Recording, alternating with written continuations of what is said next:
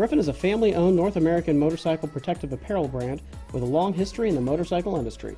Gryphon offers CE Level 2 protection in the back, shoulders, and elbows. The armor is pliable to move with you for a comfortable and safe ride. Gryphon offers a wide range of products for men and women, mesh, transition, and four-season jackets in textile and leather. We offer thermal-lined riding pants, rain gear, and gloves. Gryphon is focused on style, function, and protection for our fellow riders. Check us out at www.gryphonmoto.com.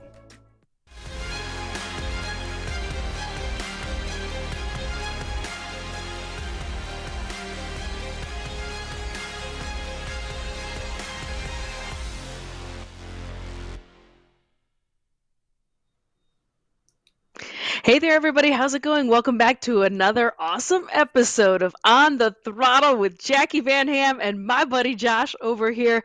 Welcome back. Welcome back. We had a little bit of a hiatus, Josh, last week. One of our most important members of our program was out ill, and unfortunately, she could not come into the office to do the show with us. So, welcome back after a 2-week break. Thanks for tuning back in. As always, thanks for clicking, liking, and sharing all of our videos with all of your friends that love hearing about awesome news and things and stuff going on out here in motorcycles and power sports. We've got a lot of interesting news going on this past week, Josh. I took last week's story ideas and just threw them in the trash and kept on trucking because there's so much new news going on this week. I've got news from the folks over at Harley-Davidson who are on a hiatus for a handful of weeks, and then a beautiful anniversary model release from the folks over at BMW. What do you have going on for today's show, Josh? So I took the 2-week time in order to be a little bit diabolical, shall we say. So there's two topics that I have today that really one is about racing and another is about that whole maybe the loud pipe saves live stickers might be expensive for you. So I'm looking to get everyone's feedback. I'm excited to see what people have to say about this because we want to get people talking. And I got two topics that'll do it. Oh, yeah, those sound very spicy. It sounds like you've got some very, very hot tea going on for us today, Josh. Yes. As always, though, if you're watching at home, make sure you can go ahead, eat Josh alive in the comments. Let him know you totally disagree with what he's got going on or what he's saying over here. He can take it. He's a tough guy. We always go back through the programs and read and answer your questions, so always feel free to go ahead and chat with us in the comments. Now, let's get down to today's show. As I mentioned, the folks over at Harley-Davidson, it has just been recently announced, are undergoing at least 2-week stop work, stop assembly, stop shipping, stop everything mandatory statement going on from way up on high, way up the food chain at Harley-Davidson. This mostly is going to be affecting production happening at the York, PA plant. There is not really any sort of connection currently of them stopping any sort of engine development or engine building, which goes on in Wisconsin. And interestingly enough, the live wire, which is also produced at the York, PA plant, is still allowed to be under production. So this is a very specific Harley-Davidson thing, and they have not really gone into too much detail about what this stop work is all about, Josh. So there's an awful lot of people making guesses, making educated guesses, making jokes about, there was a really good comment in one of the posts I was reading about how it wasn't installed with the right amount of oil leak going on, or some shenanigans like that. But I think at the top of the list of what people really think is what's happening is that it is going to be an outside supplier that has supplied a part that is not compliant. So a lot of guessing is about some sort of exhaust issue, but we're not totally 110%. But what Harley-Davidson has said is that they will be stopping any sort of assembly or shipping for the next 2 full weeks, at least, in order to give that outside supplier, outside vendor, the opportunity to either correct those parts and make good and provide compliant parts, or they're going to have to find a brand new vendor. So this is just some really, really interesting news going on from the folks over at Harley-Davidson. It is very rare that you see a full tilt stop work issue going on at the manufacturing level. So this must be something really, really quite important. Josh, what do you think is going on for the folks over at Harley-Davidson? So really, I mean, when you look at the supply chain issues that have kind of rippled through. I mean, there's a whole accordion effect. It's not one of those things where you can crank up production or crank down production, but for them to say 2 weeks, we got to close this thing down. Suzuki did that back in 2007, 2008, or about 2008, if I remember correctly, at one of their plants. And it took them a full 3 years to recover from that. So a shutdown like this is a big deal. What's interesting is what you alluded to is this not affecting the live wire stuff. There's some parts that are shared, be it brakes, be it ABS sensors, be it other items like that. So we can kind of go to think that it's probably not any of those. It's probably something more mechanically oriented, but what it is and what's going on, who knows? So it's the big thing is how this affects the business for the next, 2 weeks is going to suck for the people that work there. The next 8, 10, 12 months, how this plays out is really going to be a test for Harley's manufacturing prowess. Yeah, especially I've got a lot of buddies that picked up on the Lowrider ST, which was it was the first slide that we just showed you, which is this beautiful, beautiful bike that Harley launched recently. Yeah. It has just been flying out of the dealerships. I've got a couple of friends that have gotten their hands on one, but it is like sold out, made of unobtainium. So now to have actually sales be upticking and everyone's going to the dealerships and looking forward to like the new bikes, and now for everything to come to kind of a screeching halt. It's not saying that the dealerships are empty, but they are selling a good amount of units, and there might not be inventory to step up behind them to fulfill orders in a quick fashion. So we're all gonna have to wait and see what this is all about. I think it's just very, very interesting, and it's kind of been a little bit shocking this week. So that's what's going on over at Harley. The minute we find out about exactly what that is, we'll be bringing it to you here on the show On the Throttle. Josh, what do you have going on in your neck of the woods?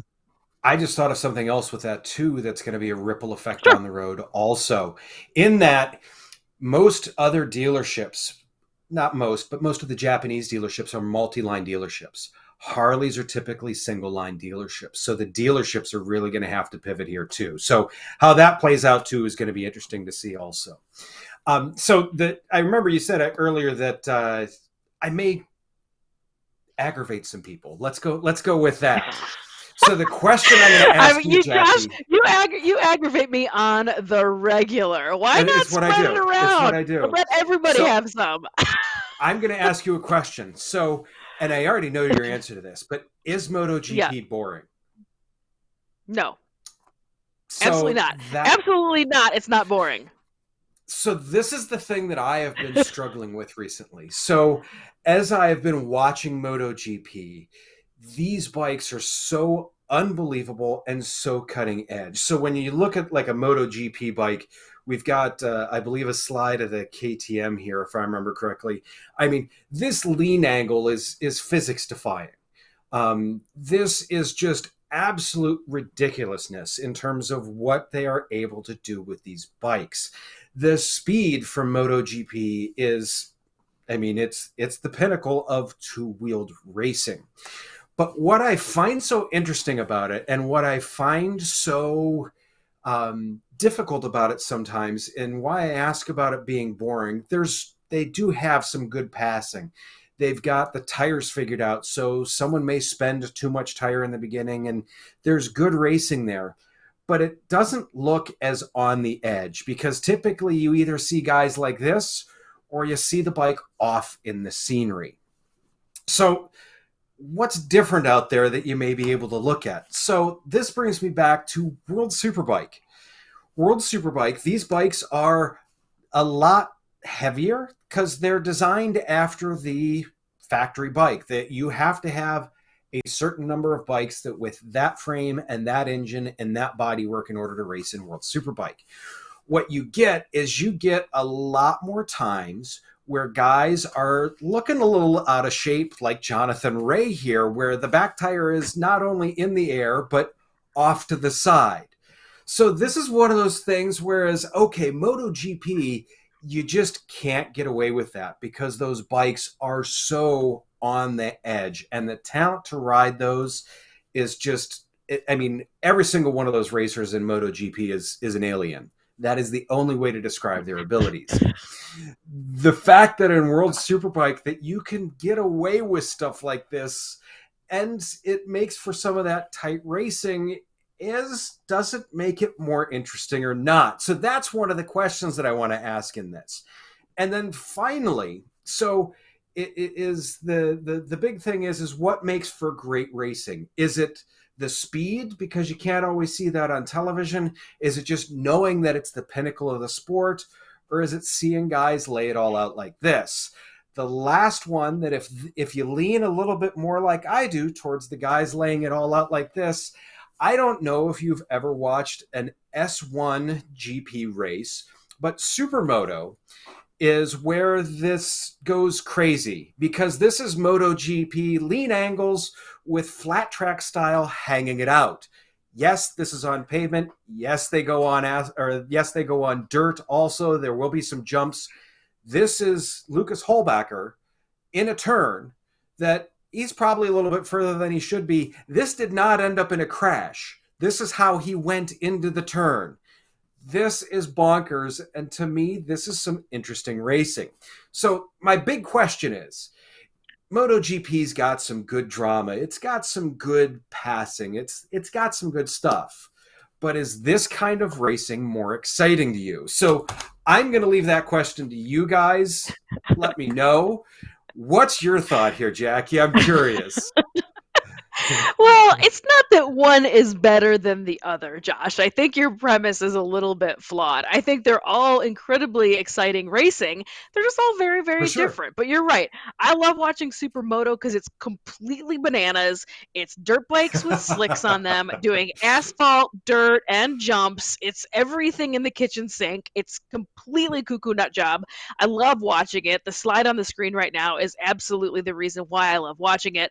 World Superbike is what it is. It's folks that are incredibly talented, wrestling great big huge heavy street bikes around on the track. It's a little bit looser, it's a little bit more loosey-goosey, it's a little bit more raw style of racing versus MotoGP.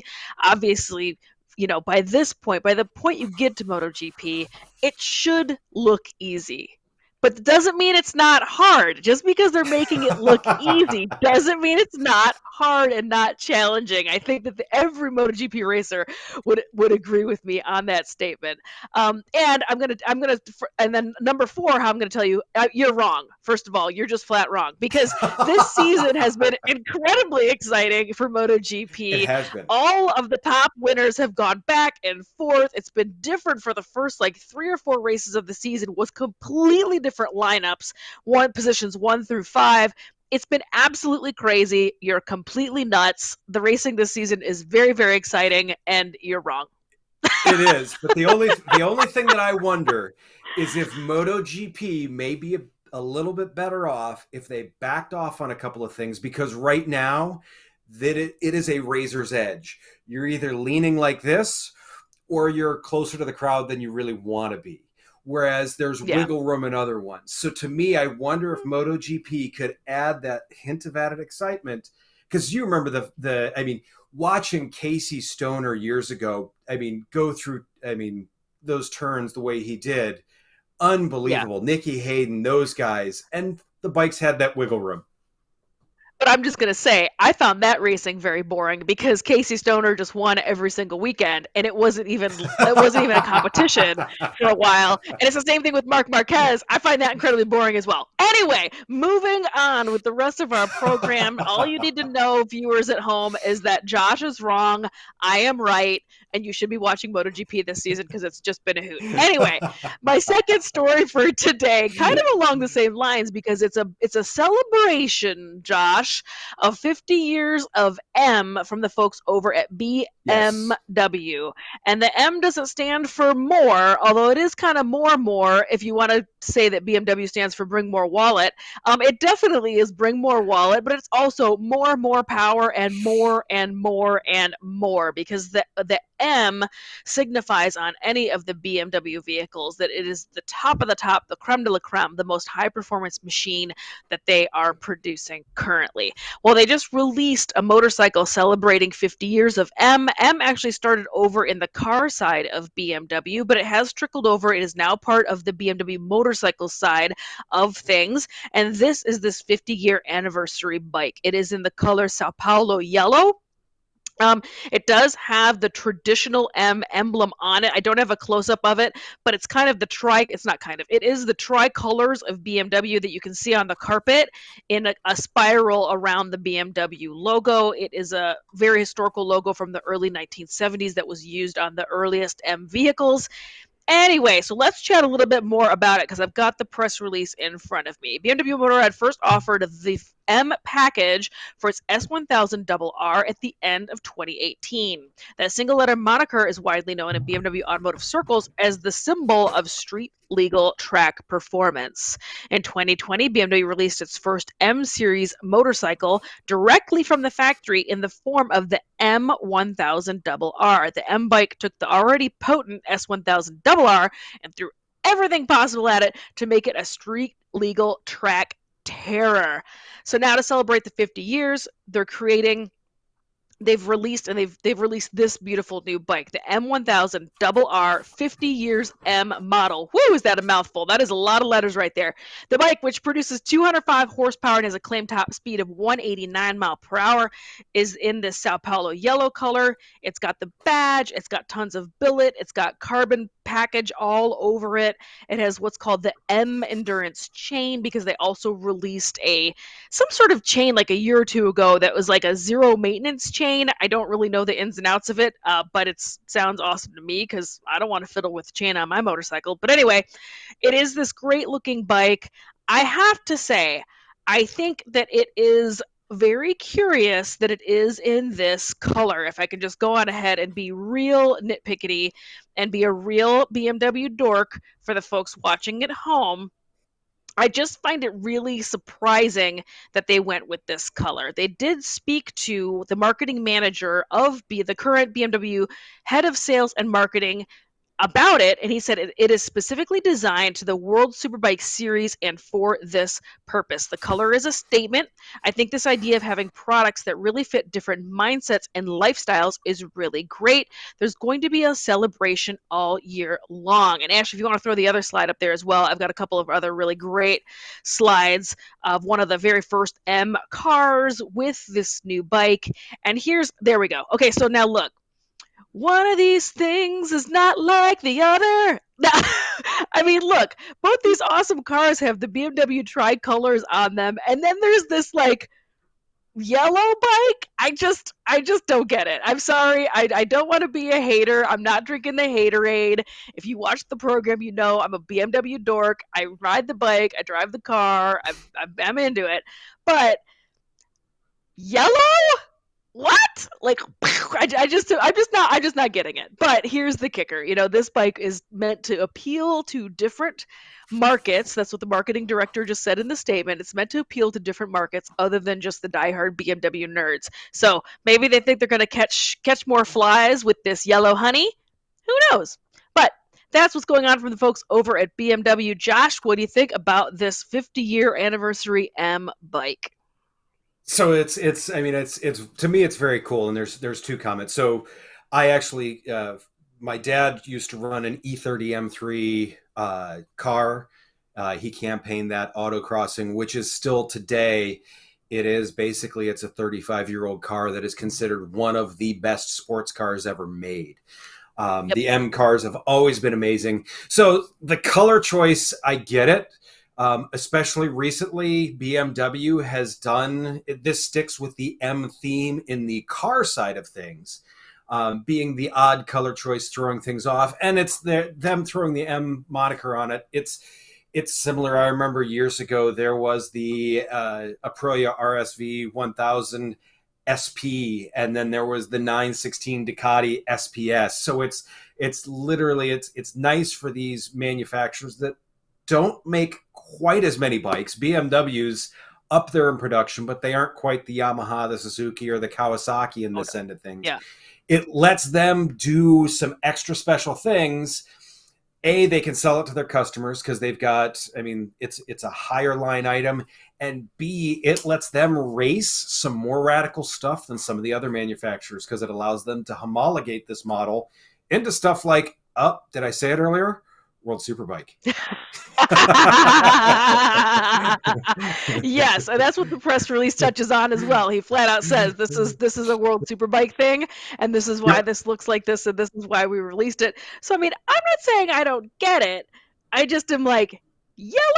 So anywho, the bike is going to be a limited edition. It's going to hit the showroom floors in late quarter 3 of this year. The bike will be priced at $36,995, and that is what's going on for the folks over at BMW.